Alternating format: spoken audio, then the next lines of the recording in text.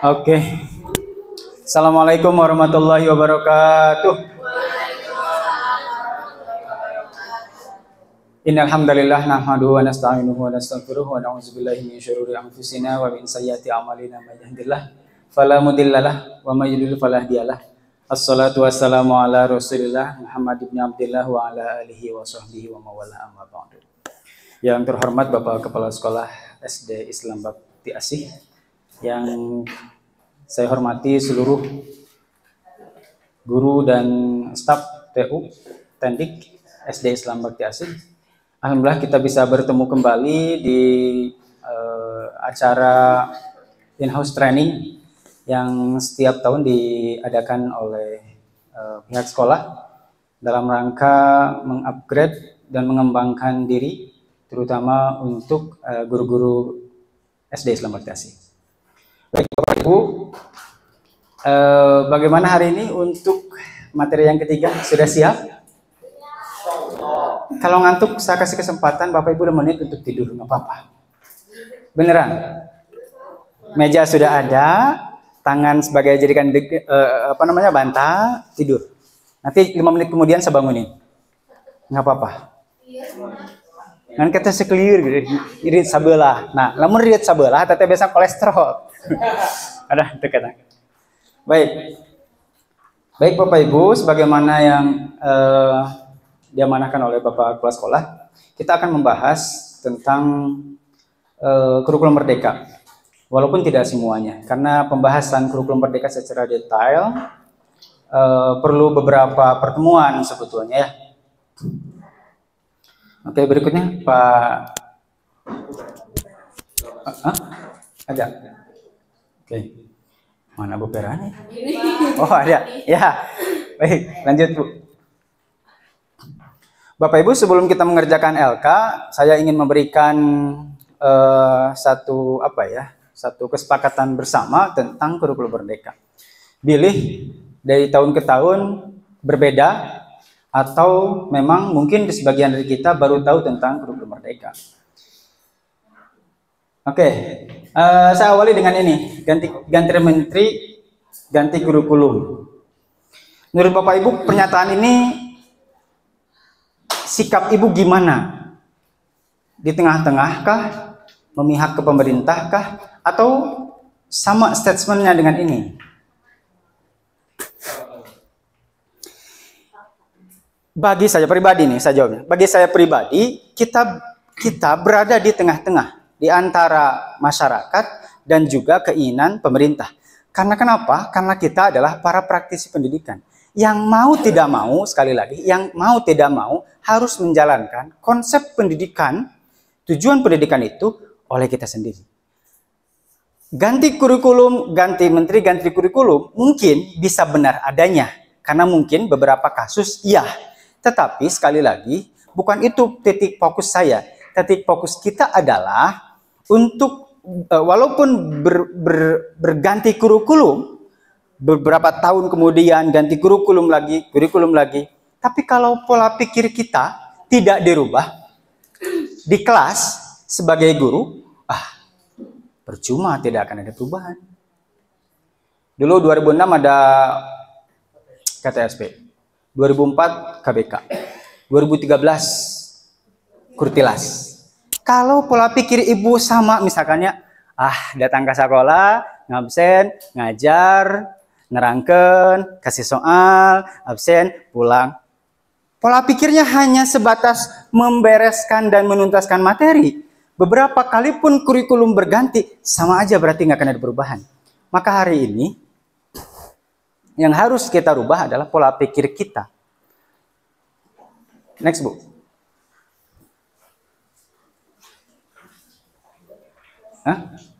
Oke. Sebelum ke sana,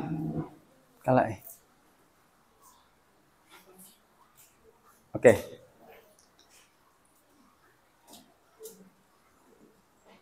Oke, kita renungkan, ada 3 hal yang ingin kita renungkan bersama-sama. Yang pertama, mana belajar dan pembelajaran. Bu, ada yang tahu di sini tentang belajar? Mengubah dari yang tidak tahu. Oke, ada lagi Bu? Transfer ilmu. Ada lagi? Proses dari yang tidak bisa menjadi bisa. Proses yang tidak bisa menjadi bisa. Ada lagi? Atau sudah ngantuk? Bu, kalau kita ngelatih harimau yang tadinya ganas jadi jinak, apakah itu pembelajaran?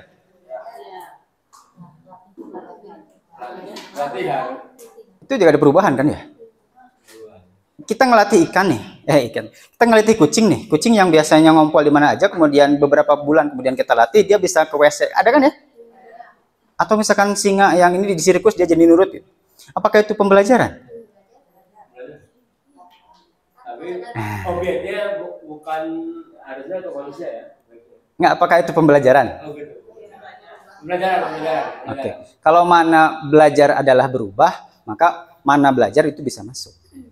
Tetapi pembelajaran dalam yang kita pahami adalah si anak harus tahu kenapa kita belajar. Sudah sampaikah ke sana kita? Ini orang teh ngajaran. Jadi si anak teh ya, contoh misalkannya kalau dalam tataran aplikatif. Kita ngajar aljabar teh jang budak teh jang naon itu. Kenapa ngajar aljabar buat apa kan gitu. Maka kalau dalam filsafat ilmu itu kan ada 3. Salah satunya aksiologi. Jadi mengapa kita belajar? Nah itu menjawab pertanyaan itu. Maka mana belajar itu si anak proses perubahan perilaku yang mana dia mempunyai sebuah pertanyaan mengapa saya harus belajar dan untuk apa belajar ini kan begitu. Kita ngelatih kucing kucingnya mungkin bisa, tapi kan apakah si kucing tahu dia ada berubah kan enggak? Atau misalkan orang kelas 1, kelas 2, kelas 3 ataupun kelas ya siswa yang lain gitu.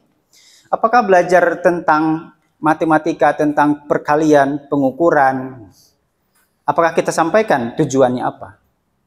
Kebanyakan mungkin di antara kita tidak menyampaikan itu. Jadi kita menjawab itu. Yang kedua, nah ini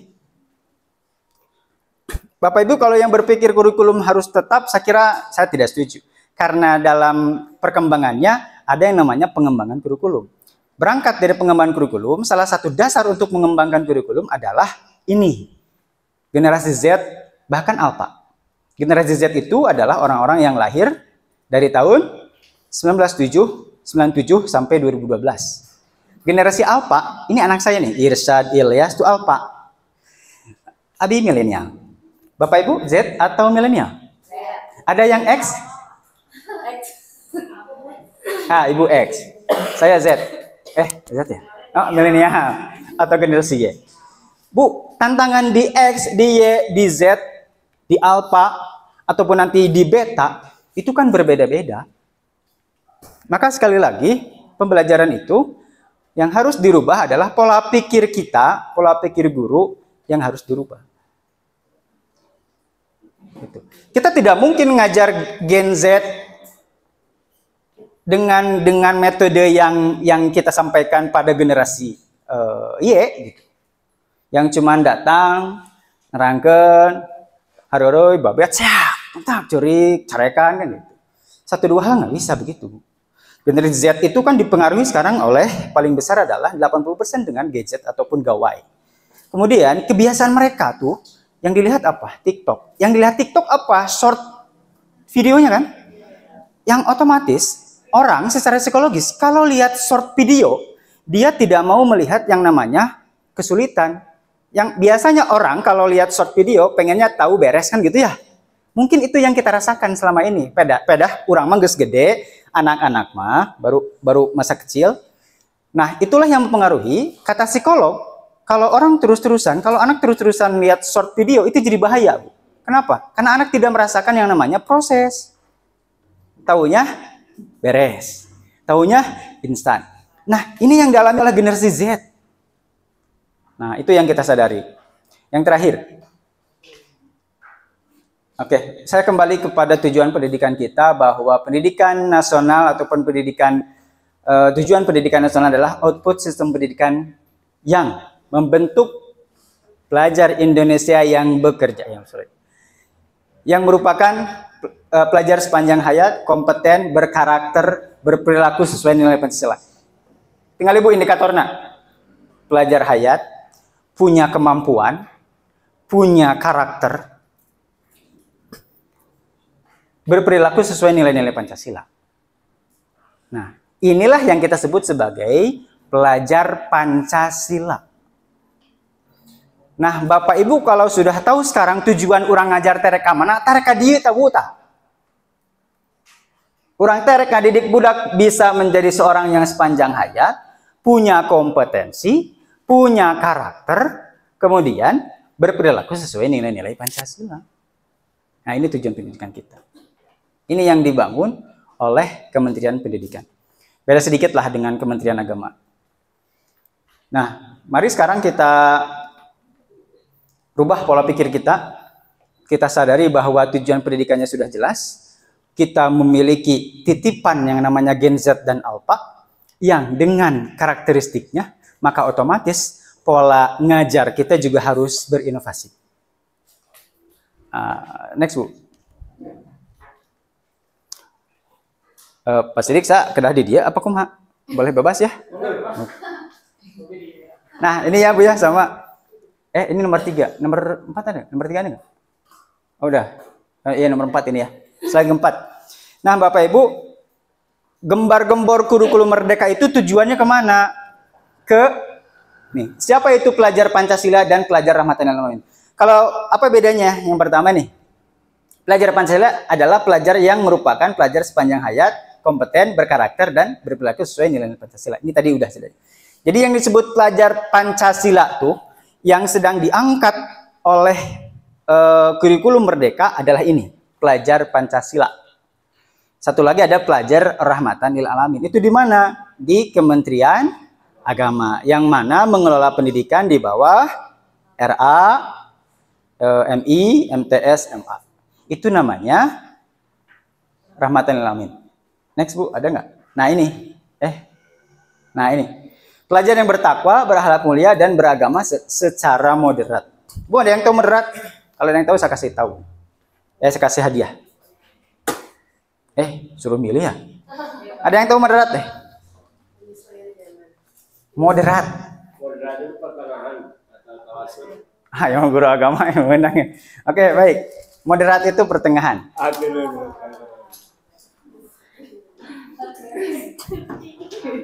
Bu, moderat itu adalah mengambil jalan yang terbaik. Mengambil jalan yang terbaik di antara dua hal. Gitu. Nah, bagaimana pelajar rahmatan lil alamin menjadi seorang yang moderat, bersikap moderat? Saya tanya, Bu, lawan dari pelit apa? Lawan dari pelit apa? Boros. Lawan dari pelit, boros dong. Pelit. Boros. Enggak, lawannya. Pelit, boros. Mana sekarang bedanya dermawan dengan boros apa?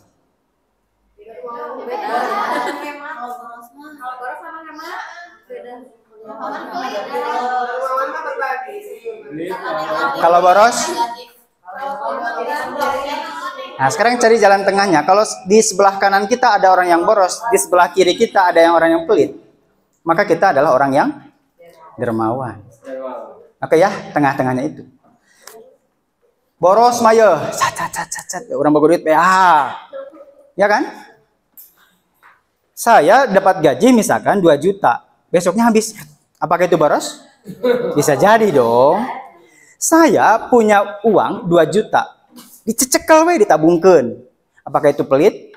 Nggak diberikan kepada kebutuhan gitu, dicecekel we gitu. Kemudian nggak dikasih. Itu bisa jadi indikasi pelit dong. Nggak ngasih ke anak, nggak ngasih ke istri. Ya dong, saya punya istri. Dari dua kutub yang sama ini negatif sama, maka kita harus berpikir tengah-tengah. Maka tengah-tengahnya adalah dermawan. Di satu sisi kita harus memberikan sesuai dengan kebutuhan kita, di sisi lain kita harus menjadi orang yang memberi. Maka itulah yang disebut dengan sikap moderat. Tapi kemudian yang disebut moderat itu tidak mesti yang nomor 1, nomor 2, nomor 3. Apakah nomor 2 di tengah-tengah merupakan yang terbaik? Enggak juga. Dalam kejuaraan yang terbaik adalah nomor 1. Maka moderat itu mencari jalan yang terbaik. seimbang. Atau kata Pak Minan adalah at-tawassut. Oke. Oke lah, next. Bu Risma udah ngantuk.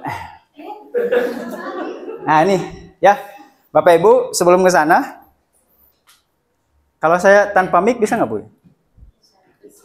Oke, kita cek dulu ya Bapak Ibu. Kurikulum Merdeka itu di Sokoguru sama berapa komponen?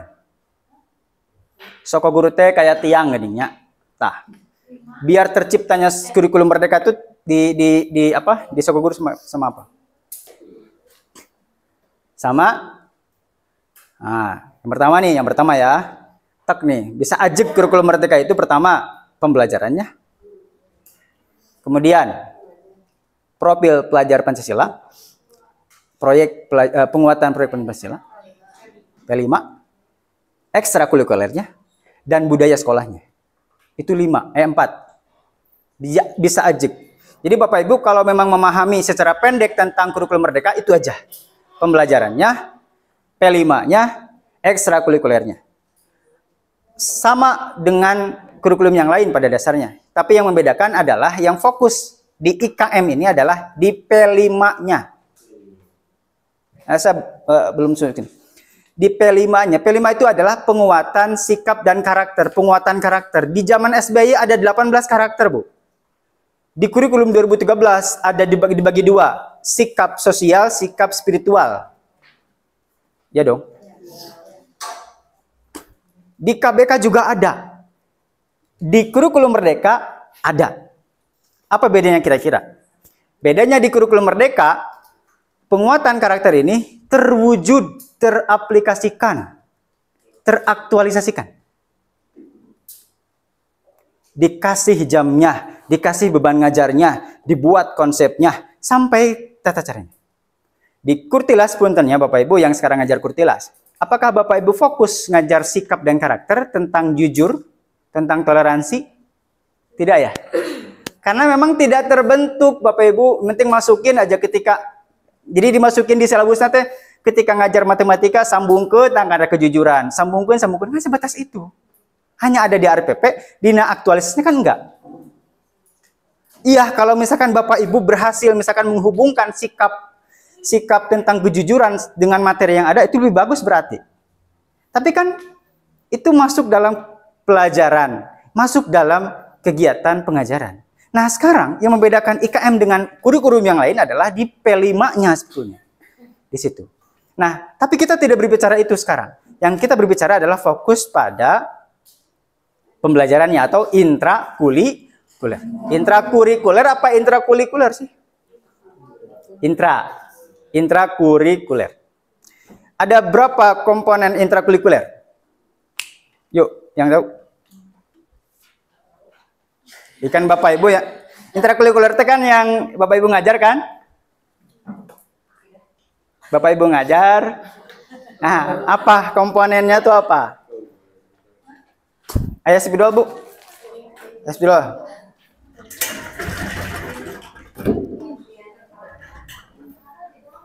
Ya, intra itu kan di dalam. Nah, komponennya tuh apa?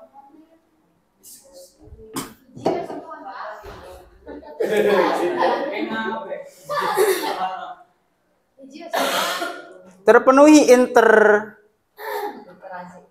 intrakurikuler itu. Pertama, ada kompetensi, ada yuk. Muatan pelajaran, ada beban mengajar,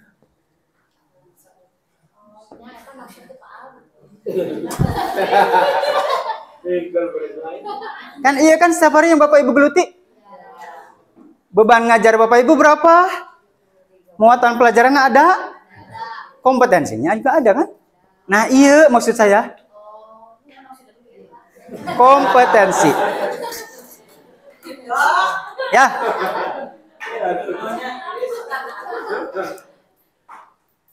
Kompetensi dalam IKM itu maka nanti bertelur yang namanya CP. Kalau dulu di kurikulum 2013 disebut KI. Di kurikulum 2013 KI itu ada berapa? 4. Sikap spiritual, sikap sosial, pengetahuan, keterampilan. Di CP, di kurikulum Merdeka disebut CP. Tapi sebelum ke sini, kita pahami dulu ini. Oke, next, Bu.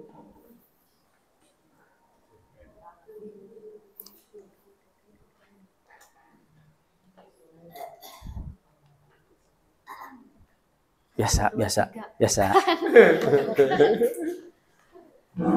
Video. Oke, yang pertama. Karena kita punya satu tanggung jawab yaitu generasi Z dan generasi Alpha, maka kita harus tahu prinsip-prinsip yang sudah ditawarkan dalam IKM untuk kita. Yang pertama prinsip nih, dirancang sesuai tahap perkembangan peserta didik. Nah iya, perasaan tadi asacan ayah.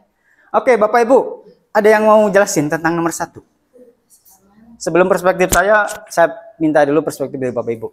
Dirancang sesuai tahap perkembangan peserta didik. Ada yang mau menjelasin? Boleh?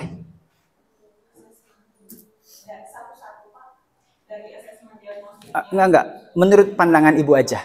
Memahami dan menjelaskan satu kalimat ini. Jangan lihat yang ini. Nah, ini. Nah gitu. Tutup dulu. Oke. Ada? Hadiahnya 1, 2, 3. Oke. Ada lagi? Boleh. Sok, Bu. Ada 2 ya? Oke. Itunya aja kan? Ya, itunya aja. Oke, cek Ibu kumaha. Kalau menurut saya dirancang sesuai tahap perkembangan peserta didik. Ya artinya bagaimana peran guru itu ketika membuat pembelajaran atau media harus tahu usia berapa anaknya. Terus indikatornya juga disesuaikan. Terus juga jangan lupa kalau sudah sesudah dirancang, diaplikasikan, terus nanti dievaluasi apa yang kurang dan enggaknya diperbaiki, yang bagus ya dipertahankan, kalau yang tidak bagus coba cari lagi, gali lagi. Gitu. Ya. Good. Ada lagi yang lain? Hadiahnya Bu, terima kasih banyak Bu sudah menjawab. Ada lagi yang lain Bapak Ibu? Betul ya? Sudah paham? Kalau sudah paham, saya langsung ke nomor 2 ini. Oke, dirancang sesuai tahap perkembangan peserta didik. Karena pembelajaran itu harus dirancang sesuai dengan perkembangan peserta didik, maka kira-kira ilmu apa saja yang harus kita ketahui atau kuasai? Yaitu ilmu psikologi. Dalam pendidikan disebut pedagogi. Ya. Oke. Untuk mengetahui perkembangan peserta didik, apa yang harus kita lakukan? Yang pertama adalah jagoan. Coba dipencet, coba. Ada nggak ya? Oh, ada. Oke. Bapak Ibu bisa melakukan asesmen awal. Kalau sekarang nama resminya adalah asesmen awal. Bukan asesmen diagnostik. Tapi atau bodoh amat. Saya menyebutnya adalah analyze learner. Ada yang menyebutnya analisis diagnostik. Tapi yang resmi sekarang, bukan resmi sih, setelah nomor 12 Permendikbud tahun 2024 yang telah diresmikan tanggal 25 Maret 2024, disebutnya adalah asesmen awal. Bapak Ibu silakan untuk melakukan asesmen awal untuk mengetahui perkembangan peserta didik. Yang kedua, menyusun modul ajar. Setelah tersusun, maka kita susun modul ajar. Sekali lagi Bapak Ibu, kata koordinator Beskap teh badan Badan Standar Kurikulum di bawah naungan Permendikbud Kementerian Pendidikan, menyusun modul ajar itu tidak menjadi sebuah keharusan. Saya tanpa bisa ayanu ya. Aduh, jelas deh. Saya punya landasannya. Kata Pak Yogi sebagai koordinator Beskap dalam kaitannya menyusun kurikulum 2000 kurikulum Merdeka, dalam menyusun pembelajaran, Bapak Ibu sekiranya berat ataupun ini tidak perlu menyusun modul ajar. Tetapi Bapak Ibu cukup menyusun perencanaan pembelajaran. Apa bedanya, Bu? Artinya kita harus mengetahui perencanaan pembelajaran. Ada berapa? Perencanaan pembelajaran yang masih berlaku di 2013 itu apa?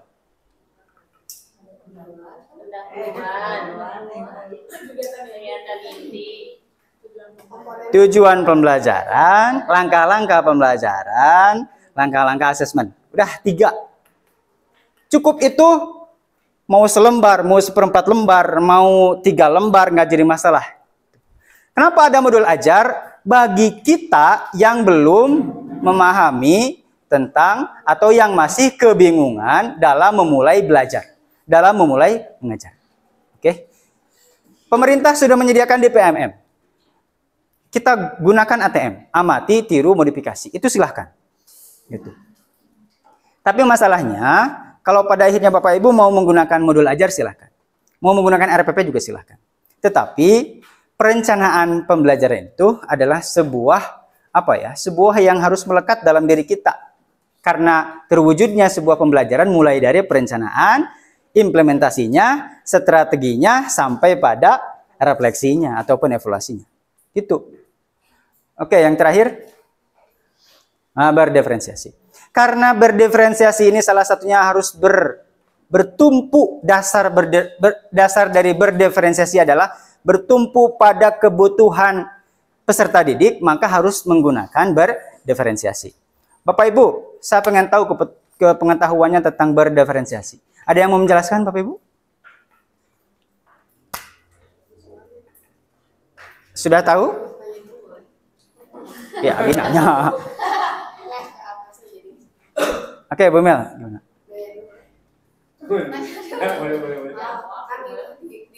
Itu kan semua guru melakukan itu, atau dari pemerintahnya? Yang mana? Yang ini dirancang sesuai dengan perkembangan pendidikan anak. Misalnya ada asesmen sampai ke berdiferensi. Sekali lagi. Ya, jadi yang dirancang sesuai dengan tahapan itu maksudnya patokannya kemana gitu? Maksudnya patokannya apakah ke proses dari usia, tahapan perkembangannya itu, terus sehingga nanti disesuaikan dengan modul ajarnya, ataukah sesuai dengan apanya gitu, landasannya? Oke, landasannya adalah ini, perkembangan peserta didik. Boleh dilihat dari kemampuan berpikirnya, boleh dilihat dari sisi pengalaman belajarnya, boleh dilihat dari kekurangannya, kelebihannya. Ini menjadi dasar kita untuk melangkah, menyusun, merancang desain pembelajaran. Gitu ya. Nah, Bapak Ibu bisa melakukan ini. Ini tawaran dari saya maksudnya. Berarti nanti akan berbeda-beda ya Pak Al? Misalkan setiap kelasnya berbeda-beda. Apakah nanti kan sampai ke kita susah ngomongnya. Berdiferensiasi gitu kan. Jadi nanti berbeda-beda gitu itunya setelah kita melakukan diagnostiknya, cuman kita pacuannya kemana dulu sehingga untuk bisa menentukan modul ajarnya sehingga dapat sesuai dengan yang kita diagnosis. Oke, kalau lihat dari presentasi ini ya, kan kita ingin mewujudkan ini nih. Kita berangkat belajar itu prinsipnya di sini. Kita ingin mengetahui pembelajaran itu harus menyesuaikan perkembangan peserta didik. Langkah pertama adalah menyusun asesmen diagnosis. Di buku atah gaya belajar nanaon, pengalaman belajar kumaha, latar belakang peserta didik kumaha, minat bakatnya seperti apa, disusun tik, baru kita pemetaan. Oh iya manu bodoh, nu sedang, nu pintar. Bodoh dalam tanda kutip ya. Harusnya tidak ada istilah bodoh sih. Kurang, sedang, lebih lah. Gitu. Setelah kita petakan, baru kita buat modul ajarnya. Setelah modul ajarnya, baru kita melayani pembelajaran menggunakan pembelajaran berdiferensiasi. Bapak Ibu, berdiferensiasi itu betul secara arti berbeda. Artinya kita dalam mengajar tidak bisa menyamaratakan semua materi kepada semua siswa. Gitu ya? Contoh di PAI misalkan. Si A can bisa maca, can kenal acan huruf hijaiyah. Si B tos hafal, tapi baru sampai 15 huruf. Si C sudah hafal 28. Apakah kita semua langsung melanjutkan pembelajaran selanjutnya tentang surat Al-Fatihah misalkan? Atau tentang harokat? Kan tidak bisa. Nah, gitu. Itulah yang kita kenal sebagai berdiferensiasi. Nah, nanti berdiferensiasi itu ada 3. Dulu pernah disampaikan, nah, ada 3, ada yang tahu? Dari sisi mana berdiferensiasi? Ada 3. Yuk. Kognitif. Anu nyeri huntu ya. Dari sisi mana kita berdiferensiasi? Pemerintah menawarkan 3. 3 kan benar ya? Usia. Enggak. Cara Ofisial, auditorial, dan klinis. Oh, itu masuk pada sini, Bu. Asesmen diagnostik. Itu gaya belajar. Kognitif, atletik, psikomotorik. Bukan. Yuk, Basmi. Konten. 3 loh saya mintanya. Produk, 1 lagi. Proses. Siapa yang jawab proses ya? Bagi 2 lah, Cok. Kayaknya. Bumi mah Ya, bentar nih. 2. dua. Nah, bagi dua mau yang mana?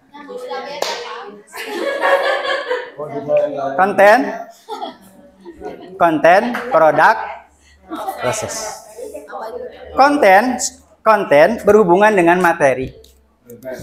Tadi si A can apal pisan huruf hijaiyah.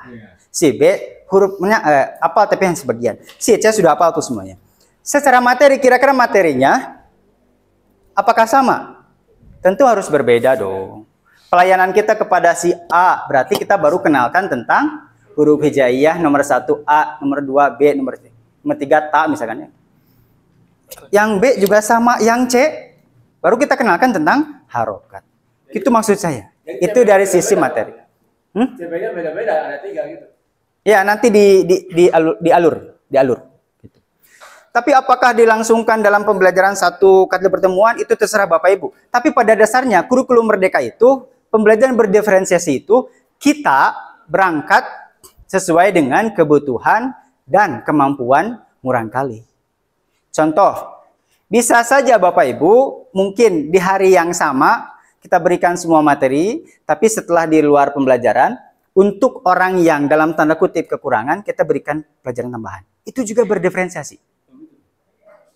Gitu Ibu ya. Oke, kita tidak berbicara berdiferensiasi. Panjang ting. Selanjutnya nomor 2. Ini hanya ya halanya. Baiklah, saktah tenan. Ya, Bu, nomor 2-nya. Nggak apa-apa, nomor 2. Next aja Bu, next terus. Nanti akan muncul. Nah, ini. Dirancang dan dilaksanakan untuk membentuk pelajar sepanjang hayat. Ada yang mau jelasin? Tapi hadiahnya masih ada ya? Sepanjang hayat. Disusun, prinsip kita itu ngajar itu, kumaha carana budak teh bisa menjadi orang yang menjadi pelajar sepanjang hayat. Sesuai dengan tujuan tadi. Ada yang mau jelasin? Jadi setiap peserta didik itu diharapkan menjadi pembelajar dan terus lifelong education. Oke. Bahasa Inggrisnya adalah long life education. Kumaha carana? Kan gitu. Berarti kalau si anak akan menjadi seorang yang sepanjang hayat, maka kita harus akomodasi semua keinginannya agar menjadi orang yang semangat belajarnya sampai nanti sepanjang hayat. Kan gitu.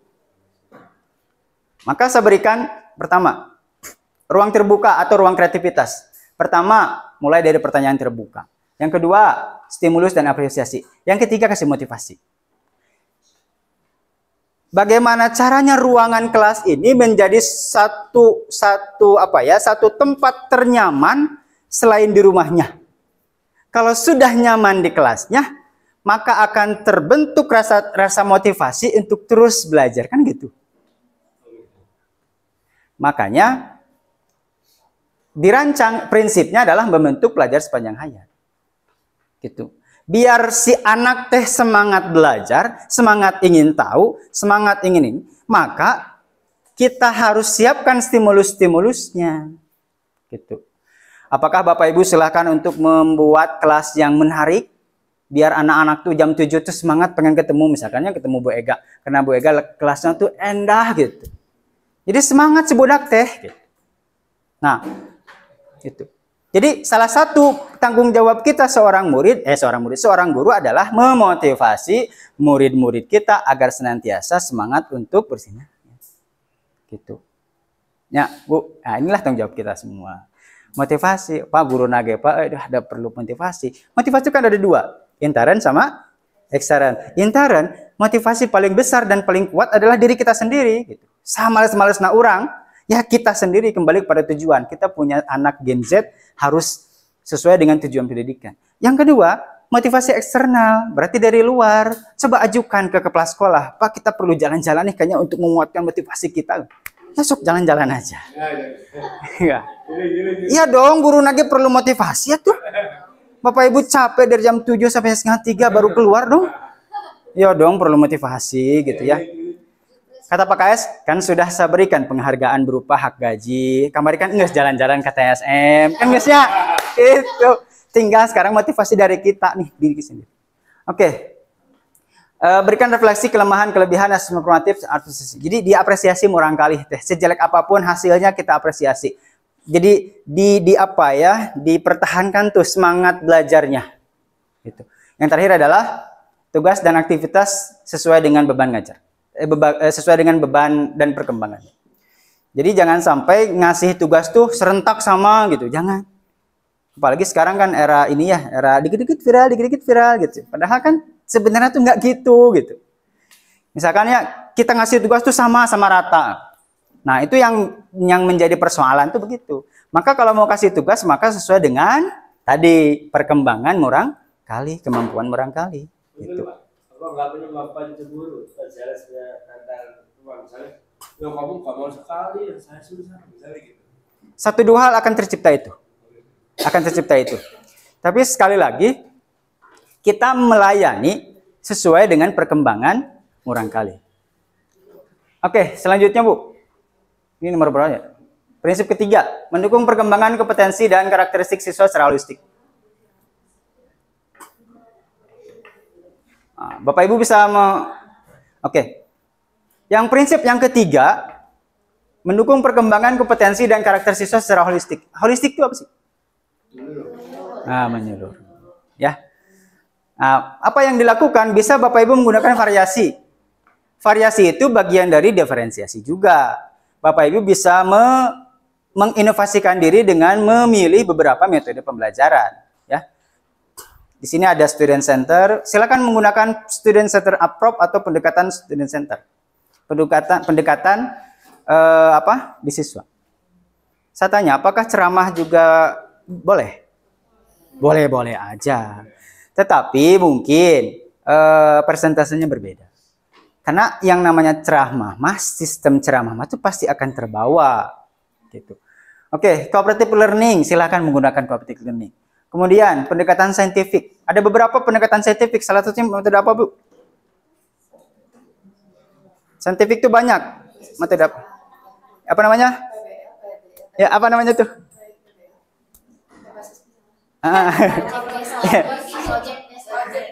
Itu mah project based learning, apalagi problem solving tuh, problem based learning PBL, inquiry, apalagi discovery learning, apalagi hack order thinking skill, HOTS walaupun itu bagian dari standarisasi kemampuan murang kalinya yang ingin kita. Oke, yang kedua, muara fokus kita adalah secara holistik. Jadi Bapak Ibu ngajar itu tidak hanya menargetkan kognitif saja, tetapi kita punya beban. Afeksinya iya, sikapnya iya, keterampilannya iya, pengetahuannya iya. Maka itulah yang kita sebut sebagai holistik. Tanggung jawab kita tidak hanya sebagai transfer ilmu, guys pulang gajian, tidak bisa gitu.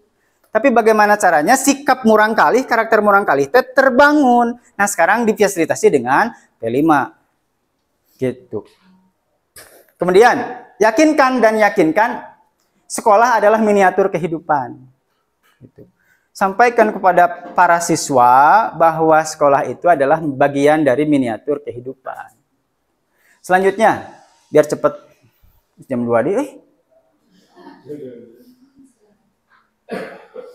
4. Pembelajaran yang relevan sesuai konteks, lingkungan, dan budaya.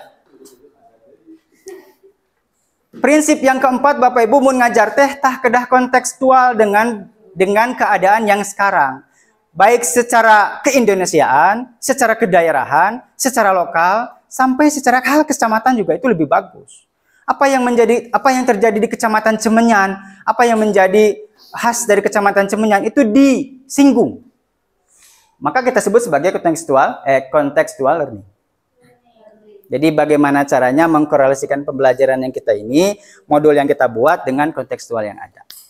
Gitu ya, secara teorinya begitu. Kemudian Bapak Ibu bisa berkolaborasi dengan para ahli. Silahkan itu. Kemudian yang selanjutnya, pembelajaran menarik dan minat siswa. Menarik minat siswa. Selanjutnya yang kelima.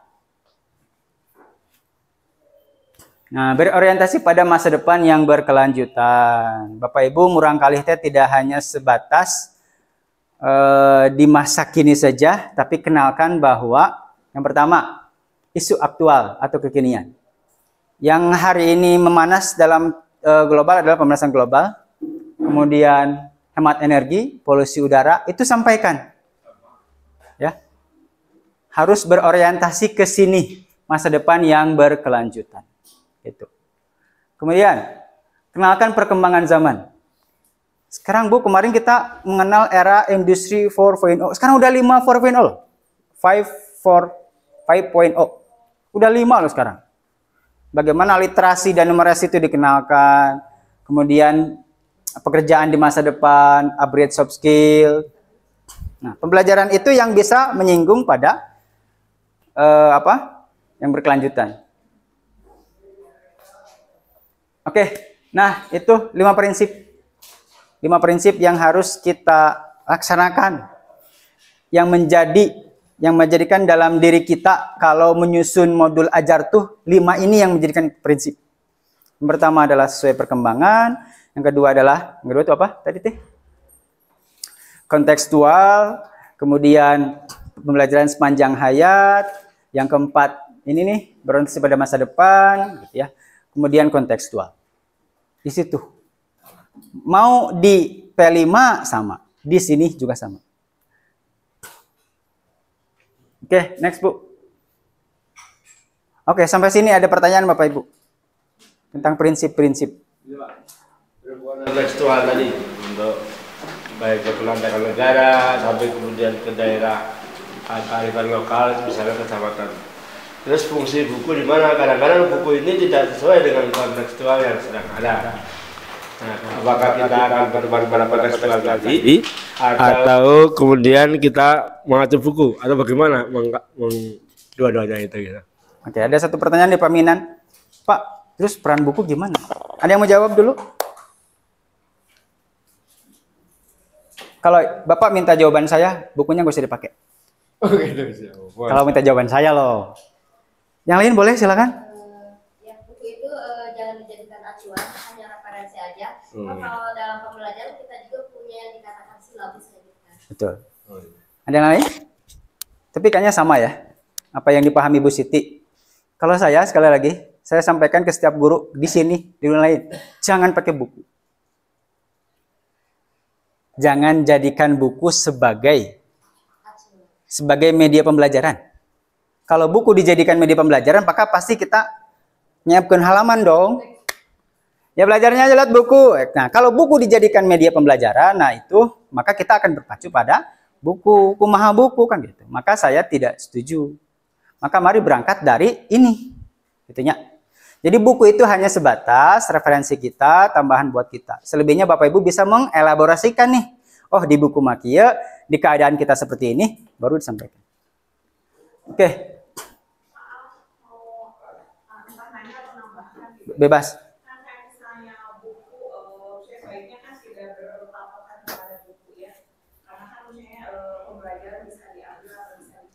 Betul. Terus apa kabar dengan orang tua nih, gitu, orang tua yang kadang, kok buku paketnya kan dipakai ya, misalnya,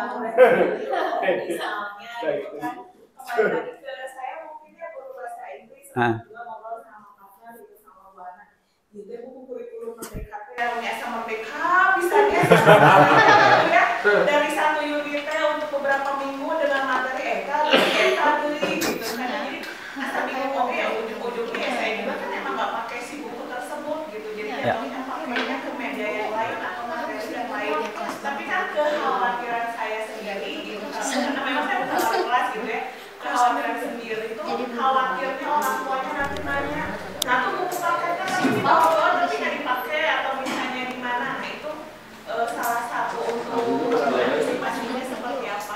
Oke.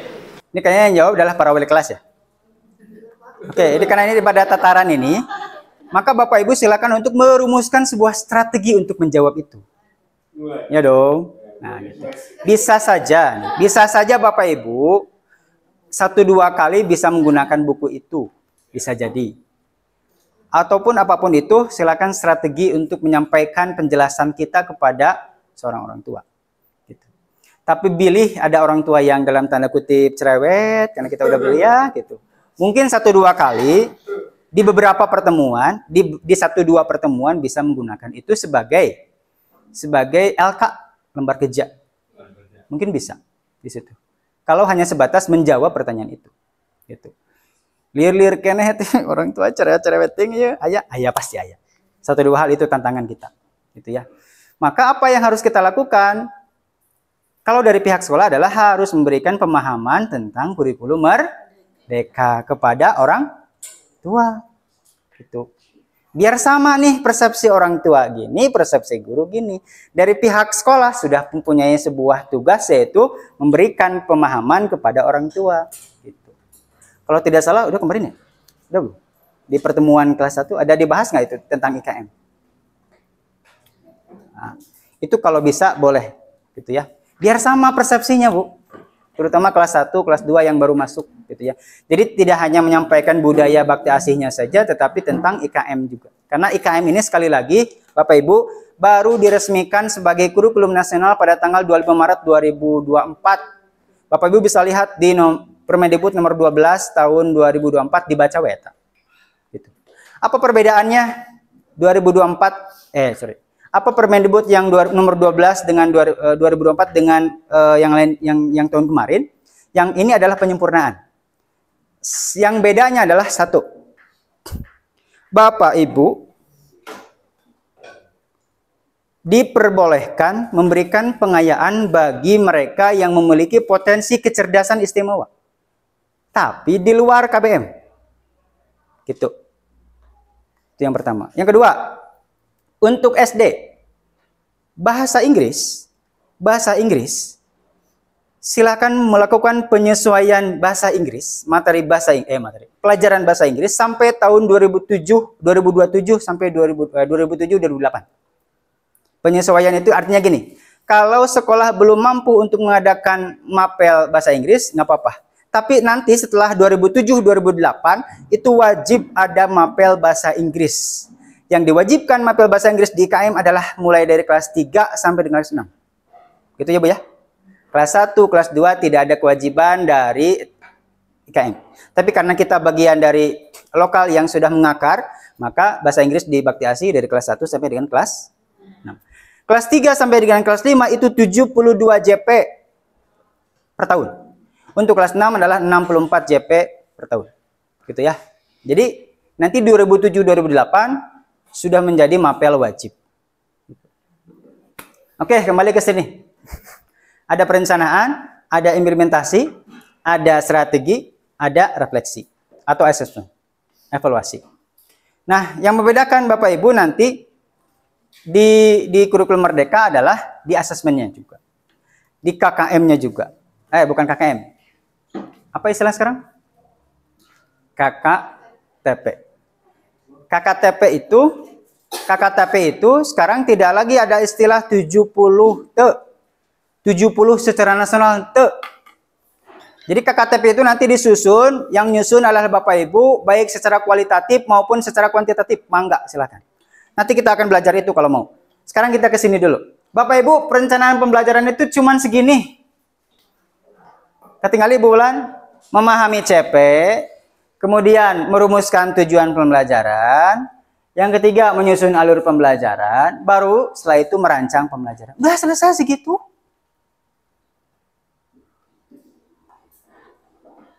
Pak, apakah harus ada administrasinya? Sakirana Bapak Ibu perlu tekedah.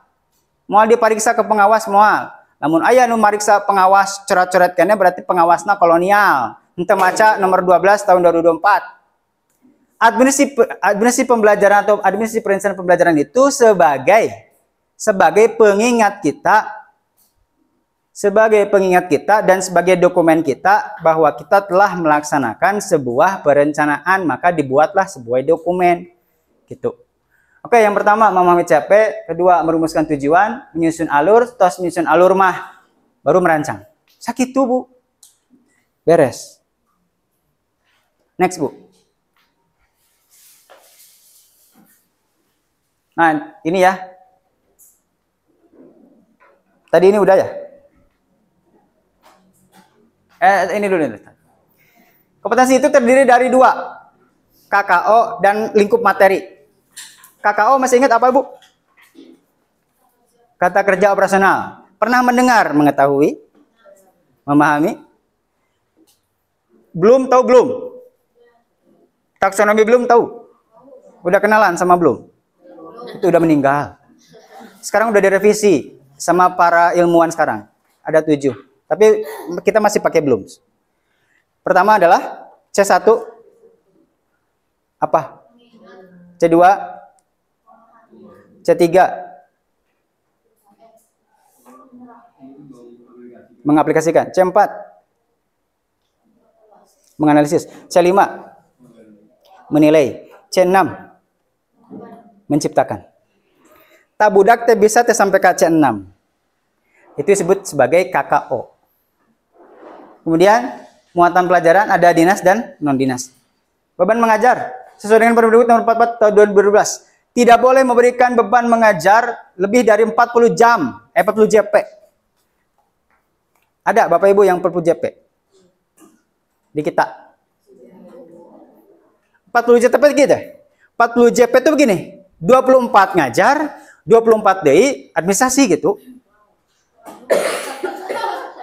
Maksud saya, atau 30-nya ngajar, sisanya adalah administrasi. Gitu. Nah, di kita tuh yaitu negeri. Negeri. Di kita tuh ada berapa paling tinggi? Kelas 6, Cik. Bumel. Berapa beban Bumel? 35. 35 tuh ngajar aja. 5-nya berarti administrasi.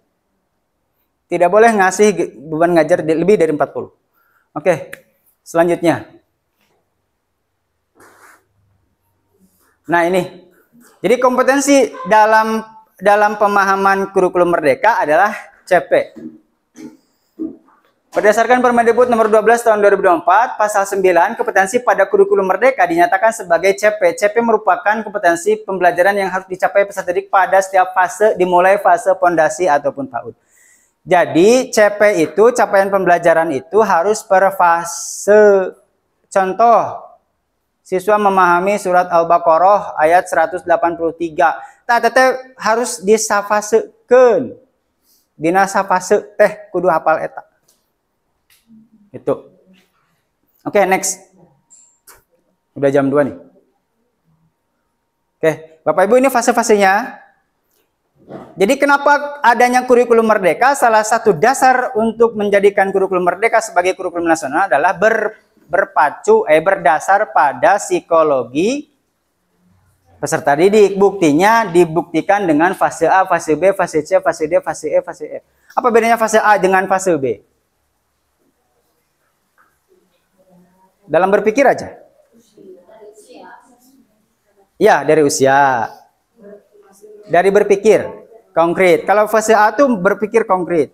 Kalau fase B masih berpikir konkret. Semi. Kalau fase C sudah mulai berpikir abstrak. Gitu ya. Itu dalam ini nih, dalam ranah berpikirnya. Dalam ranah kedewasaannya berbeda juga. Nah, ini untuk orang yang dalam tanda kutip, Bu, normal. Untuk yang dalam tanda kutip istimewa itu beda lagi. Itu per usia. Ada namanya usia mental. Nah, di sini tidak dicantumkan. Oke. Next. Oke, nah CP mah kapungkur kan KI-nya. Dulu kan KI namanya. KI itu kan pakai nomor nih. KI 1, KI 2, KI 3, KI 4. 1.1.1.2. berapa? Di CP itu pertama baku dan telah ditetapkan oleh pemerintah. Yang terbaru adalah 032. Bahkan yang terbaru ada 033 katanya. Tapi yang kita gunakan yang ini 032 garis miring H KR 2024. Beskap. Siapa yang ngurusin? Pak Yogi itu tadi. Ini mereka, isinya di Beskap itu siapa isinya? Para ilmuwan pendidikan yang menyusun CP itu. Jadi CP matosku pemerintah geus sakitu-kituna. Kemudian berpegang pada fase, harus berdasarkan pada fase. Ya. Kemudian selanjutnya menggunakan format paragraf. Di KI yang kemarin enggak kan ya? Sekarang paragraf. Panjang, Bu. CP dirancang dengan banyak merujuk pada teori belajar konstruktivisme dan pengembangan kurikulum dengan pendekatan understanding by design. Yang PPG, understanding by design itu apa? Ada itu materinya di PPG loh. Mana ya? Ada loh ini. Understanding by design apa? Ya dia ya itu.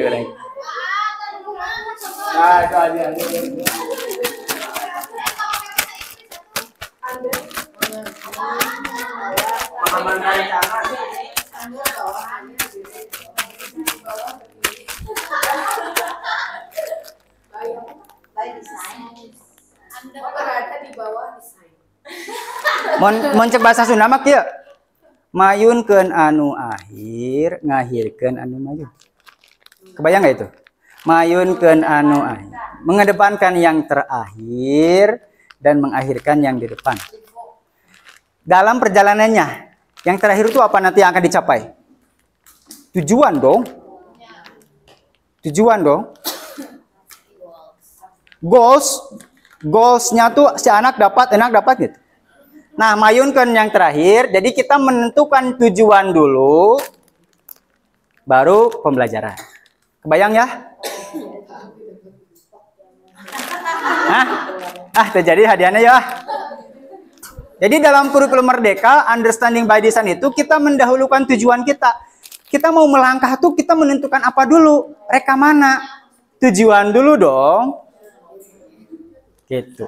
Yang kedua, menentukan asesmen. Setelah tujuan ini terbentuk, rek kumaha ke nilainya, disusunlah asesmennya, baru dirancang pembelajaran. Itu understanding by design atau UBD. Ada materi PPG ya? Oh enggak, belum ya? Ya udah.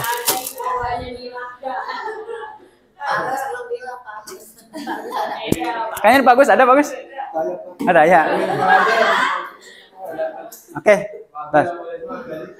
Nah, CP itu ada dua karakteristiknya. Ada CP secara keseluruhan, ada CP secara elemen. Nih, Bu, ke dia, Bu. CP secara keseluruhan, artinya per mata pelajaran. Misalkan PAI, peserta didik mampu memahami bla bla bla bla. Panjang tah. Ada yang dipotong lagi, Bu, dipecah lagi. Bu Dwi, Pak Agus, punten. Ada CP per elemen.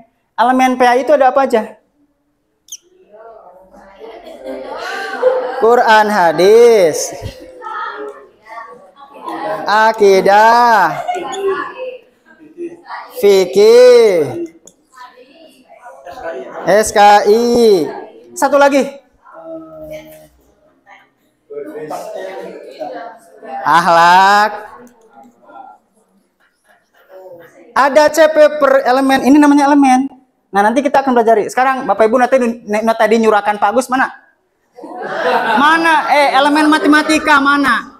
Sok apa aja elemen matematika? Di SD. Bilangan.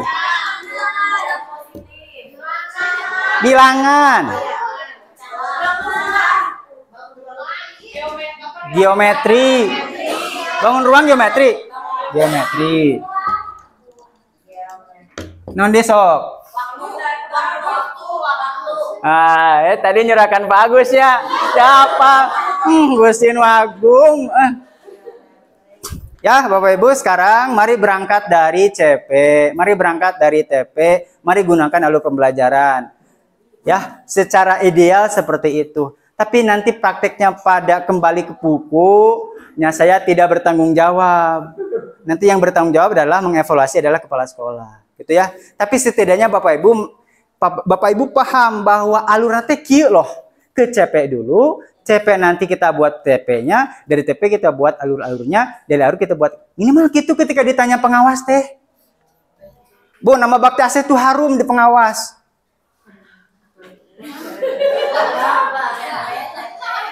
Orang lagi ayah katanya. Assalamualaikum. Wah, bakti AC maunya percanten. Ya, saya kalau ngobrol nih, Bu, saya kalau rapat-rapat. Tapi ti bakti AC, wah, bakti AC mah sayanya, mantek kikiu aneh. Nanti kalau datang pengawas tuh kan, wah, bakti AC mah percanten cenah.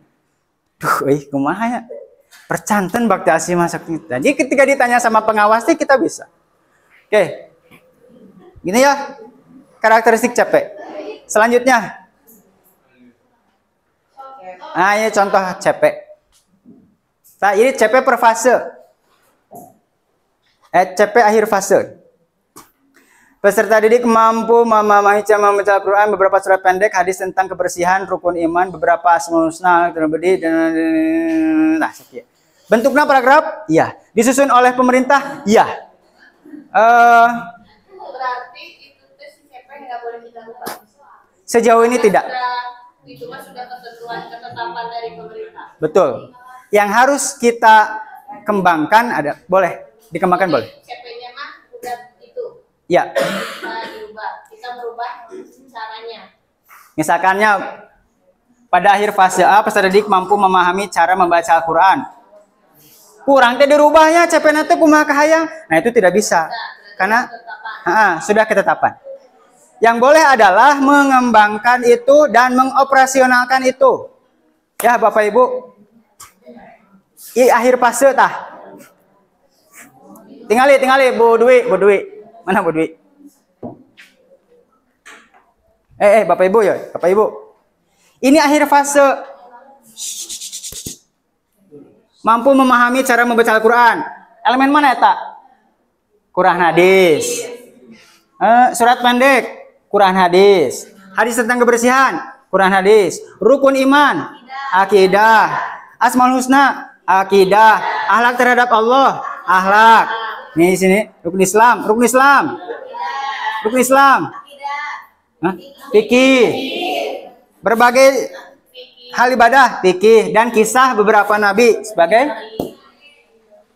kayak sepase Bu, bukan setahun. Sefase. Minimal sepase itu 2 tahun. Nah, ya per elemennya dipecah deui ku pemerintah teh. Tah. Quran hadis ieu, akidah ieu. Peserta didik mampu memahami huruf hijaiyah berharokat, huruf hijaiyah bersambung, surat Al-Fatihah, beberapa surat pendek, dan hadis tentang kebersihan. Ini masih abstrak. Bapak Ibu. Harokat nih kalinya. Harokat. Woi. Bu, harokat aya sabaraha? Cik, sok harokat. Fathah, domah, kasroh, fathatain, tanwin, tasdid, sukun. Apakah di sini disebutkan? Harokatah nanti kita yang menjabarkan, kita yang mengoperasionalkan gitu. Next, Bapak Ibu.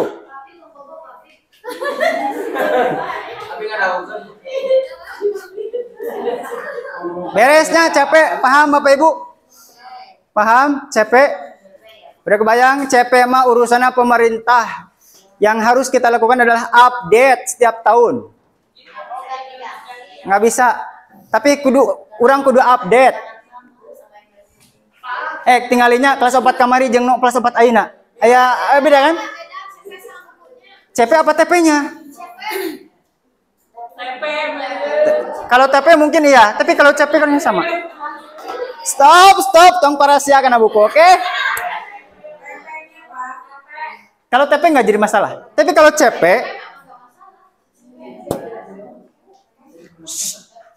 nah baru dari ini yang harus kita lakukan untuk menentukan tujuan pembelajaran.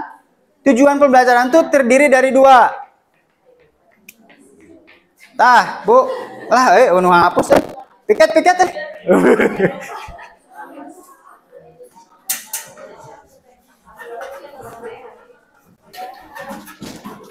Bapak Ibu masih ingat cara menyusun TP pakai metode ABCD? Masih ingat? A. Apa? Audience. B. Behavior. C. Condition. D. Degree. Good. Tepuk tangan buat Bu Risma. Luar biasa. Ya. Bapak Ibu ada yang menjelaskan tentang tadi? Bu Risma. Bapak Ibu tidak perlu menggunakan ABCD, tidak perlu. Tidak perlu menggunakan ABCD, tapi kalau misalkan mau menggunakan ABCD silahkan. Audience, behavior, condition, degree. Condition. Condition, kondisi. D-nya degree. B-nya behavior. Peserta didik mampu memahami bilangan bulat positif dengan baik. Guys, ABCD. Tapi di kurikulum Merdeka, Bu, cukup TP itu 2. KKO plus lingkup materi. KKO itu tadi memahami plus nonsok bilangan bulat positif tos gitu. Minimal 2. Ibu mau tambahin boleh? TP. Oke. Nah, Bapak Ibu untuk menentukan kompetensi yuk. Pertama, dirumuskan dalam bentuk KKO. KKO kata kerja operasional. C1, Bu, C1. Apa C1 tadi? Mengetahui. Menyebutkan. Tak C1 teh aya anakan deui. Menyebutkan, melapalkan, menghafal. Oke, nah ini yang tadi ya. Bapak Ibu bisa menggunakan teori Bloom boleh. Tarzano juga boleh nih. Marzano juga boleh. Terserah mangga. Gitu. Mengingat, memahami, mengaplikasikan, menganalisa, mengevaluasi, menciptakan. Gitu. Oke. Next.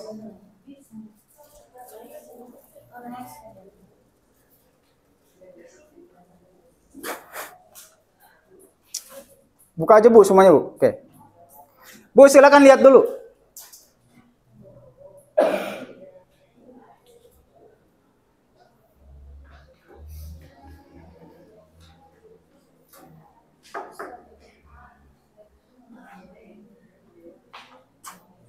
Oke, sekarang cara merumuskan TP. Bapak Ibu yang pertama bisa merumuskan langsung dari CP.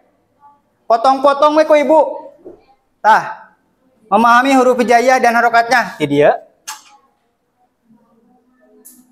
Memahami huruf hijaiyah bersambung, iya. Memahami surat Al-Fatihah, iya tah.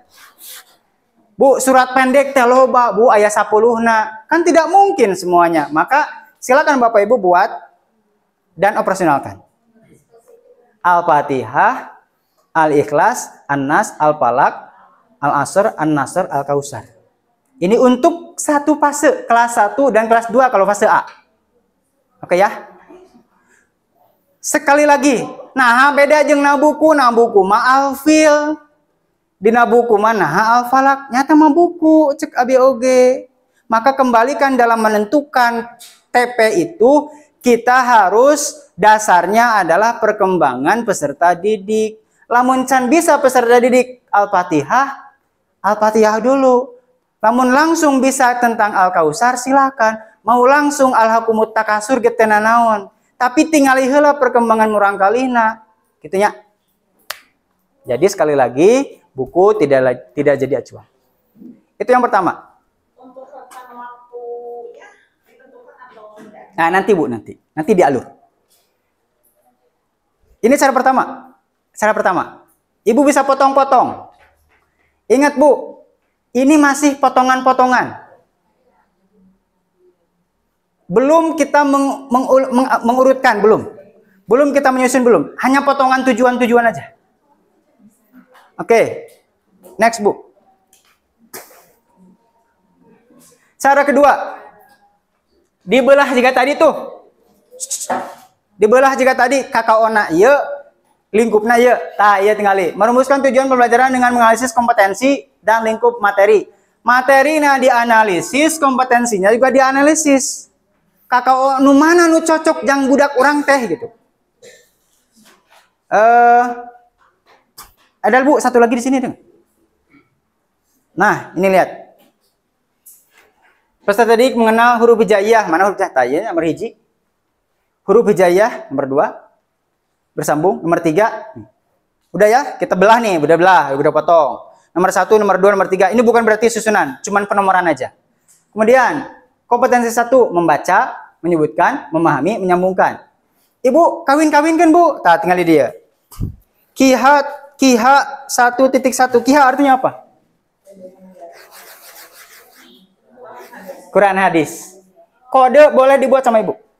Ya, 1 dengan 1, 1 dengan 1. Gitu ya.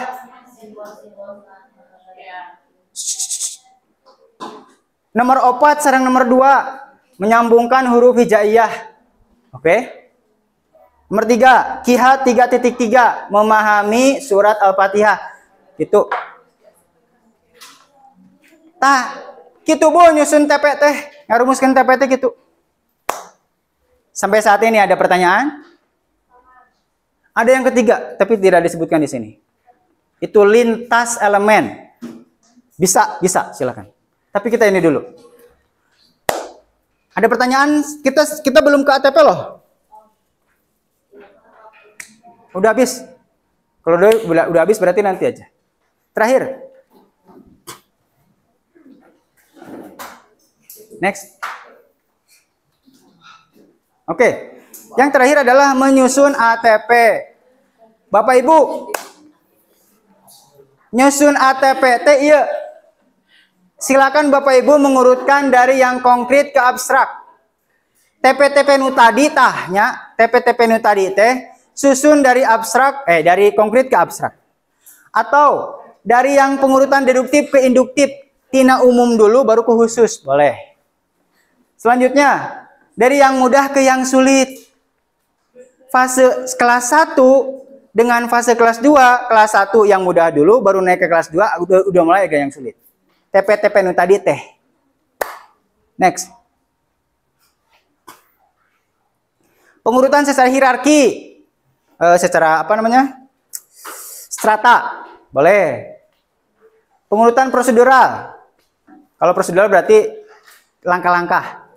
Namun masak nasi kan pertama apa yang harus dilakukan masak nasi? Beli beras dulu kan gitu.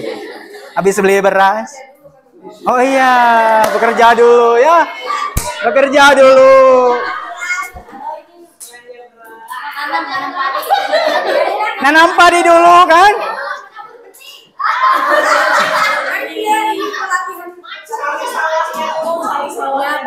Beli tanah heula tuh, Bro. Kan dari situ dulu dong. Nah, itu silakan Bapak Ibu secara prosedural. Ya.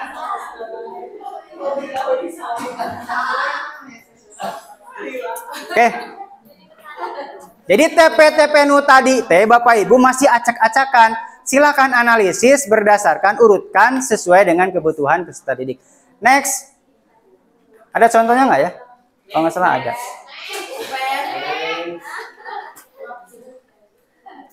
Oke, tinggal lihat dia Bapak Ibu. Iya CP-na, tinggal lihat ya. Iya CP-na, tak iya terus dipotong ya. Ada berapa CP? Ada berapa CP? 2. Cek Bapak Ibu, nu mana nomor hiji, mana nomor 2? Nu mana heula kira-kira? Huruf hijaiyah heula atau memahami Al-Fatihah heula? Kira-kira. Berarti ini yang pertama. Ini yang kedua. Iya, nunamina disebut alur tujuan pembelajaran. Gitu. Beres. Artinya kan itu kan di PK itu membaca surat-surat pendek Al-Quran. Nah, di yang si tujuan pembelajaran itu kita yang nentuin kan? Ya. Kita sesuai dengan kemampuan peserta didik. Betul. Oke. Kita sampai jam berapa, Bu? Berarti nggak usah, maksudnya nggak usah terpaku kepada buku yang tadi itu yang kita pegang. Betul. Kalau akhirnya nanti berbeda dengan buku, ya silakan, itu menjadi pilihan Bapak Ibu. Tapi kalau mau menyesuaikan dengan buku, silakan. Ya. Kita sampai jam berapa?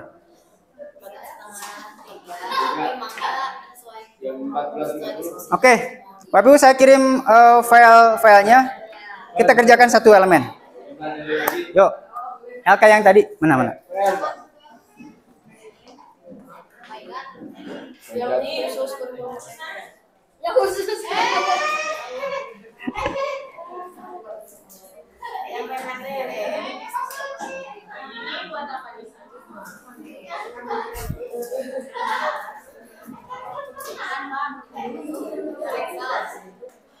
Coba buka. Bapak Ibu mau ngerjain LK nggak? Salah ya, orang salah ngomong. Aduh. Orang salah ngomong, ayo guys. Tanyakan.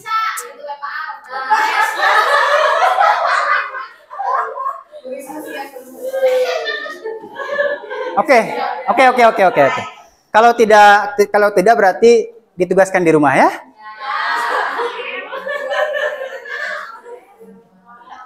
Ada nggak Bu?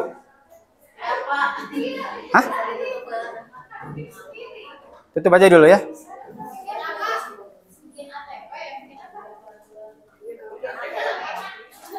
Yang peringan tadi mana?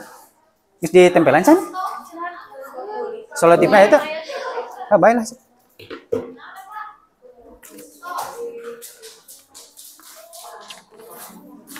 Menempelkan, Bu.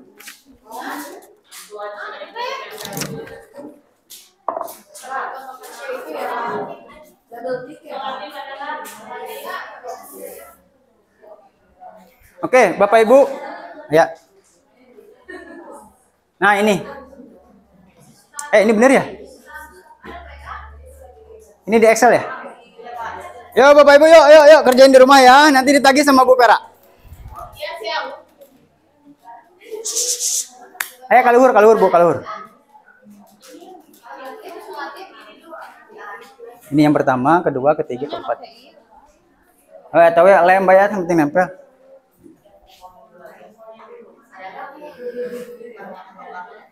Bu, ke atas ada nggak? Bu Pera, ke atas ada lagi? Ini ada loh. Ada. Halo Bapak Ibu ya. Semangat. Ya semangat.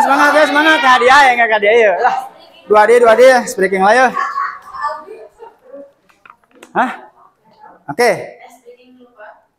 Ini alur tujuan pembelajaran, nama sekolah. Bapak Ibu, alur tujuan pembelajaran formatnya bebas dikembalikan kepada Bapak Ibu, tidak ada format baku. Oke. RPP ataupun modul ajar cuma ada 3. Kalau modul ajar 4. Apa tadi deh? Tujuan, langkah-langkah, asesmen. Itu RPP. Kalau mau buat RPP silahkan. Kalau males buat modul ajar, RPP aja nggak apa-apa. Kalau modul ajar tambah satu lagi, media pembelajaran. Media pembelajaran itu di dalamnya banyak sumber belajar, glosarium, daftar pustaka, kabeh lieur. Oke.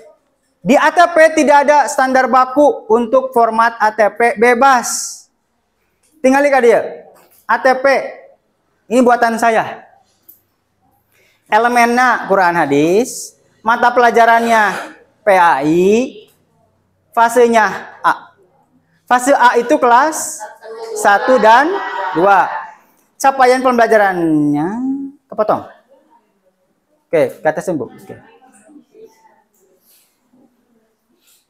Ibu analisis CP ini, kemudian telurkan menjadi tujuan pembelajaran nih, membaca huruf hijaiyah berharokat, fathah, kasroh, domah. Saya potong-potong lagi. Membaca huruf hijaiyah harokat, fathah tain, kasroh tain, domah tain, tasdid. Sampai di bawahnya dipotong-potong ke Bapak Ibu. KKO-nya bebas, mau membaca, menyebutkan, melafalkan, memahami, tergantung Bapak Ibu melihat kondisi putra-putri kita. Setelah itu, setnya kadia Bu. Digeser kadia.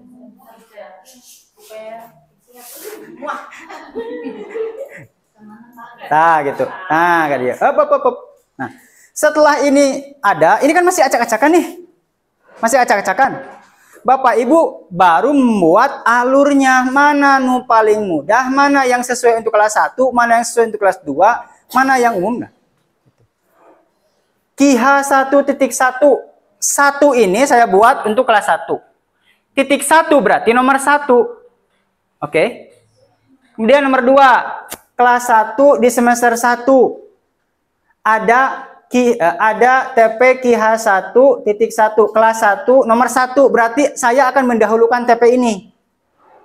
Oke, membaca huruf hijaiyah berharokat fathah, kasroh, domah. 6 JP. 6 JP itu berapa pertemuan berarti? 2. Kalau PAI 2 ya? Kemudian Quran hadis 1.2, 1 untuk kelas 1 ini nomor 2. Melafalkan isi kandungan, memahami benar ya? Memahami kandungan surat Al-Fatihah. Tos taya. Semester 1 dan semester 2 di elemen Quran hadis. Oke? Semester 2 na KIH 1.4. Itah KIH 1.3 dulu berarti. Memahami surat-surat pendek surat Al-Ikhlas. Kebaliknya, iyalah. Gitu. Membaca huruf hijaiyah berharokat fathatain, kasratain, dhammatain, tasdid. Tinggali Bapak Ibu. Semester 1 kita belajar tentang fathah. Semester 2 kita belajar tentang tanwin. Oke, itu namanya alur. Geser Bu, Kak dia Bu. Nah, ini untuk kelas 2. Ini untuk kelas 2. Semester 1 na iya, semester 2 na iya, kita kasih 6 JP. Kalau saya 6 JP. Itu Bapak Ibu. Itu alokasi waktunya kita yang nentuin. Kita Atau sesuai jam yang sesuai dengan satuan sekolah. Kita aja itu nih. JP aja JP. Kita yang nentuin. PPKN berapa JP? 5 ada yang 3 seminggu. 5 JP per minggu. 4 ada yang 5 JP per minggu misalkan ya. Kita mau berapa JP nih? 10 JP berarti 2 kali pertemuan dong. Gitu ya. Yang penting Bapak Ibu analisis kaldiknya. Atos. Analisis kaldik atos. Orang curiga acan sih. Yang mana yang dianalisis, Cik? Bukan. Yang mana, Cik? Hari efektifnya. Yang putih-putih itu loh.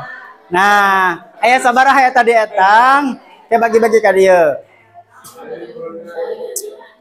Oke, tak beres. Ini elemen Quran hadis dalam fase 1 dan fase 2. Semester 1 iya, semester 2 iya, kelas 2 semester 1 iya. Ku abdi kasih kode KIH 2.1. Untuk pengkodean dan penomoran bebas kumaha Bapak Ibu, yang penting Bapak Ibu ingat. Oke, mau pakai huruf, pakai angka, pakai gabungan juga nggak jadi masalah.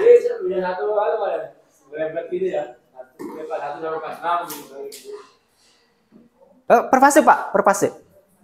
Per fase. Enggak, Bapak misalkan mau langsung berebet, kumaha Bapak mah enggak. Tapi saya di sini per fase metelier gitu. Tapi yang berebet tenan. Gitunya Bapak Ibu, karena habis waktunya buat alurnya di rumah. Kalah ya, kalah. Right. Ini ATP yang per fase loh. Artinya gabungan kelas 1 ada, kelas 2 ada. Nanti dibelah lagi Bapak Ibu. Ya dong. Dibelah lagi untuk kelas 1, untuk kelas 2, pegangan kelas 1 ini, pegangan kelas 2 ini. Nanti buat lagi tuh indikatornya apa, disertakan P5-nya atau karakternya, disertakan glasoriumnya kalau ada. Kalau enggak pun enggak apa-apa. Tapi rencananya mau bebas kan Pak? Nah. Atau harus sama tuh ketika kayak begini, ada alokasi waktu semester yang Bebas. Formatnya bebas. Ibu misalkannya CP, TP, ATP, tos kitunggu tenanaon. Gitu. Tapi saran saya minimal alokasi waktu ada dong. Kita tuh akan melakukan program pembelajaran dalam kurun waktu 1 tahun tuh mana dulu dong. Nah, dibatas dengan waktu itu. Berapa JP. Jadi minimal ada inilah gitu ya. Oke, Bapak Ibu.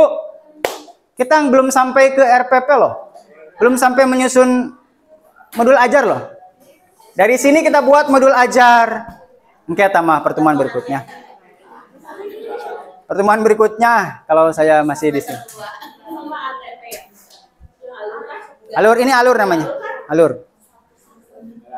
Siap Bapak Ibu buat tugas? Minggu depan dikumpulkan. Minimal 1 mata pelajaran kalau guru kelas. Minimal 1 kelas untuk guru mata pelajaran. Satu fase.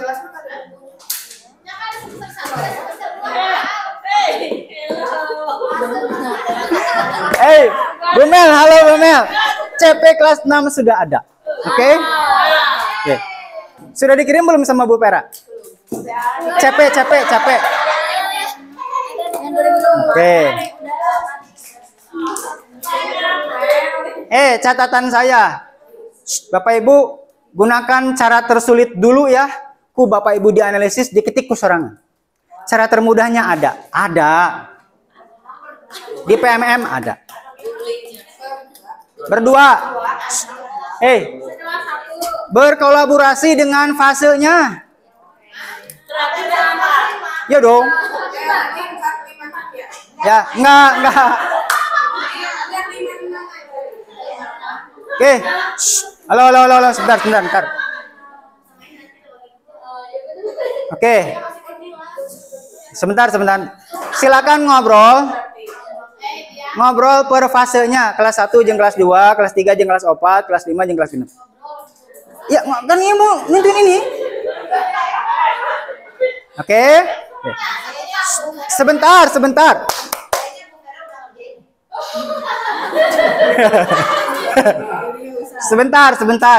Oke. Untuk akidah, mana akidah? Untuk akidah. Udah dikirim belum? Udah ada akidah. Akidah udah kirim. CP akidah udah kirim. CP bahasa Arab ada. Oke, saya kirim ya. Nanti saya kirim. Itu yang dikemas oleh Kemenag. Yang bahasa Arab ada Pak di Kemenag. CP-nya ada. Yang tidak adalah tahfiz. Tahfiz itu buatan pihak sekolah. Oke. Bapak Ibu. Ada pertanyaan terakhir? Oke. Sekarang ke sini ya.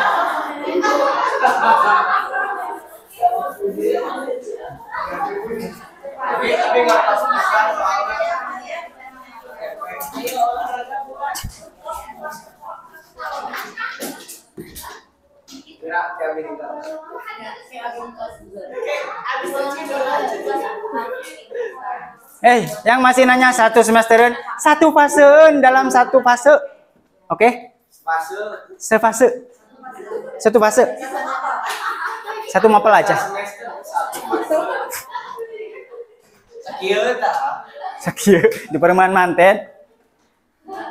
Kan ieu teh TP nu tadi ku abi dibelah, ditempel-tempel di kelas 1 ieu, di kelas 2 ieu. Eta teh satauneun, oke ya. Oke, Bapak Ibu sudah selesai? Ya. Bawas bidol? Enggak. Oh ya woi.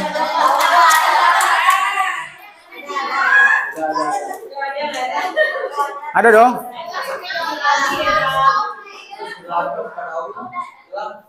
Oke. Nah, sekarang kita refleksi.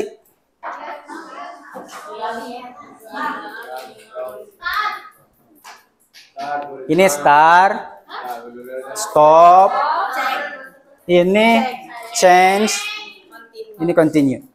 Bapak Ibu, setelah pembelajaran ini, kita mau ngapain? Kita mau memulai apa? Oke.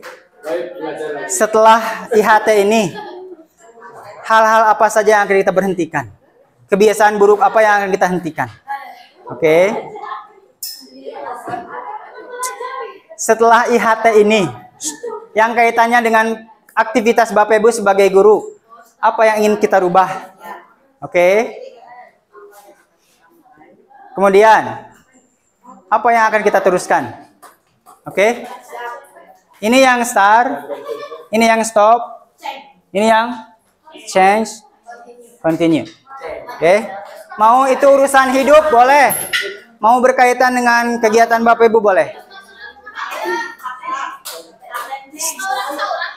Seorang-seorang nanti dikasih contoh. Iya mah, ya.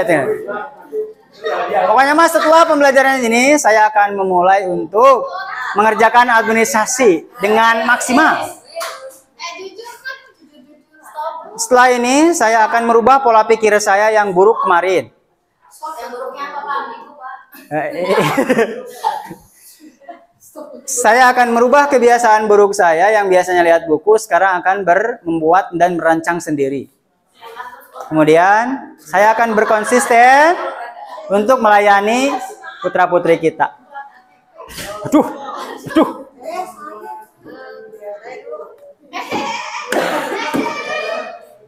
Pat, boleh siapa aja? Ayo. Boleh, pembatas berarti. Bu.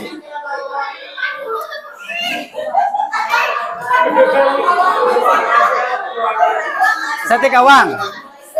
Kalau tidak semua diwakili aja. Nah, beak itu. Nah, geser setik awang. Di dia. Mana HP Abi ya? HP saya mana ya?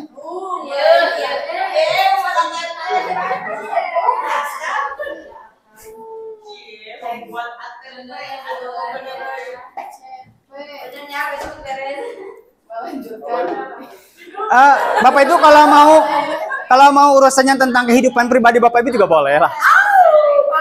Misalkan melawan kemalasan kan itu bagian dari kehidupan kita gitu.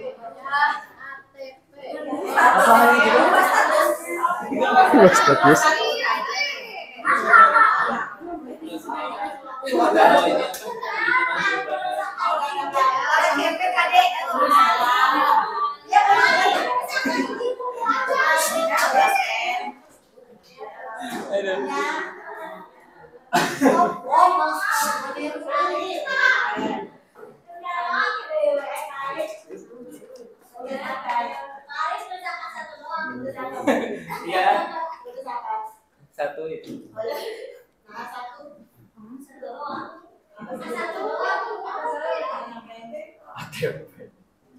Yang ringkas aja. Melanjutkan belajar untuk memahami HTP, good. Luar biasa, terima kasih pada Pak Hafid. Mengubah media pembelajaran menjadi lebih menarik, good. Lebih bagus, terima kasih. Stop ATM, modul belajar tanpa dibaca. Siap. Nah, sok. Ada lagi yang mau? Boleh, sok. Ada lagi yang mau? Ayo. Ada lagi yang mau? Sampai habis. Bermalas-malasan, nomor 4 apa? Aduh. Ada lagi? Ada yang mau? Berdiam diri. Asik, kulun. Ya, kulun. Stop kulun. Star. Yo, star yang mau star. Ini masih ada nih.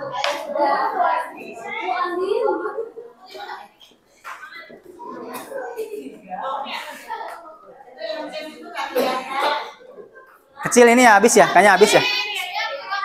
Ini. Ada yang mengisi lagi? Merah tapi itu merah. Sok. Ini kosong.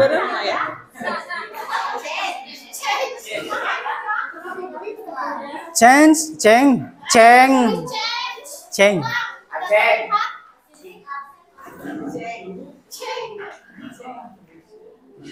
Mengubah kebiasaan.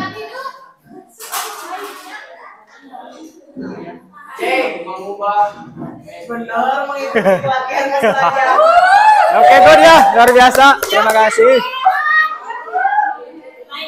Umi, Bu selfie mau seueur pelajaran. Bu selfie siap. Oke, good.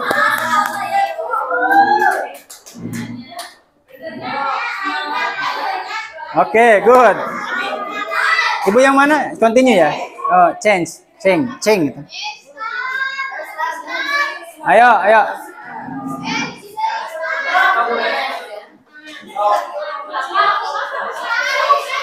Ada lagi yang mau, yuk? Ada, bagus. Bade, sana bagus, nomor 5, bagus.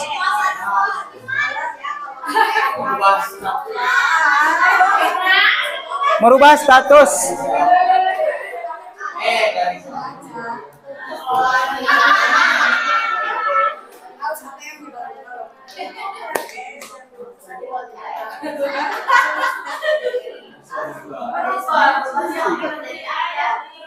Oke, terima kasih bagus. Tutup ya bagus. Gimana nya tutup nanya? Saya. Oh iya. Cukup. Oke. Ada lagi yang mau?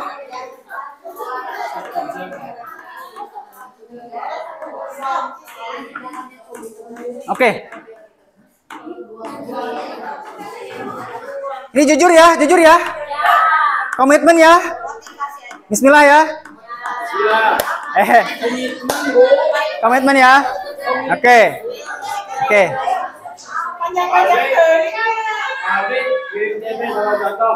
Udah. Siap. Oke, siap. Bapak Ibu, bismillahirrahmanirrahim.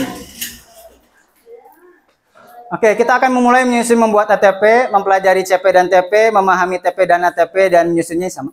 Berarti memahami apa itu kurikulum merdeka, membuat media juga ragam belajar, menyenangkan, memahami dan membuat CP ATP,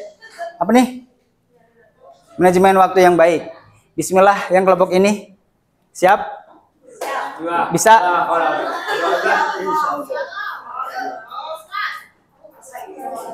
Siap. Ikuti kata-kata saya ya. Saya siap. Oke, semuanya ya.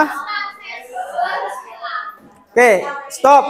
Untuk berpatokan sepenuhnya terhadap buku, stop ATM modul ajar tanpa dibaca, bermalas-malasan, berdiam diri atau kulen. Siap untuk meninggalkan hal ini? Semuanya ini kita. Oke, siap. Oke. Semuanya ya. Kemudian mengubah media pembelajaran lebih menarik. Oke. Mengubah kebiasaan zona nyaman of the box. Oke. Yang ketiga, belum. Ini panjang. Mengubah kebiasaan mengajar secara textbook ke pembelajaran menarik, worksheet yang dibuat mandiri agar menjadi ciri khas dari guru yang tersebut. Oke. Siap Bapak Ibu untuk merubah? Siap. Oke ya. Janji? Bismillah dulu ya. Continue. Melanjutkan belajar untuk memahami ATP. Siap? Oke. Melanjutkan dan mengikuti pelatihan pembelajaran. Nomor 2 siapa sih? Oke, Bapak, Ibu bisa lihat di PMM, bisa ikuti webinar. Ya. Terakhir. Melanjutkan buku minimal 2 halaman. Sekali lagi, 1, 2, 3. Siap untuk ini? Siap. Belum kompak. Siap untuk ini? Siap. Hey, please niat deh. Siap, sekali lagi ya. Siap aja dulu, motivasi aja dulu ya. Siap. Siap melaksanakan ini? Siap melaksanakan janji ini? Oke, good. Oke ya. Sudah ditunggu janjinya, mudah-mudahan kita bisa berjanji pada diri sendiri.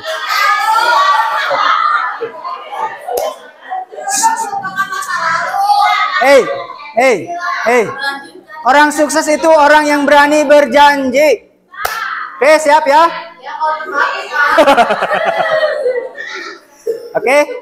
Minimal kita sudah punya kemauan, punya niat, oke? Karena kita sudah punya niat, maka maksimalkan mungkin, semaksimal mungkin untuk menempatinya. Oke. Terima kasih Bapak Ibu. Hapunten anu kasuhun, hampura anu katidatina samudaya kelepatan. Jangan lupa tugas-tugas yang tadi nanti dikumpulkan di Bu Vera dan Bu Dona. Terima kasih. Assalamualaikum warahmatullahi wabarakatuh.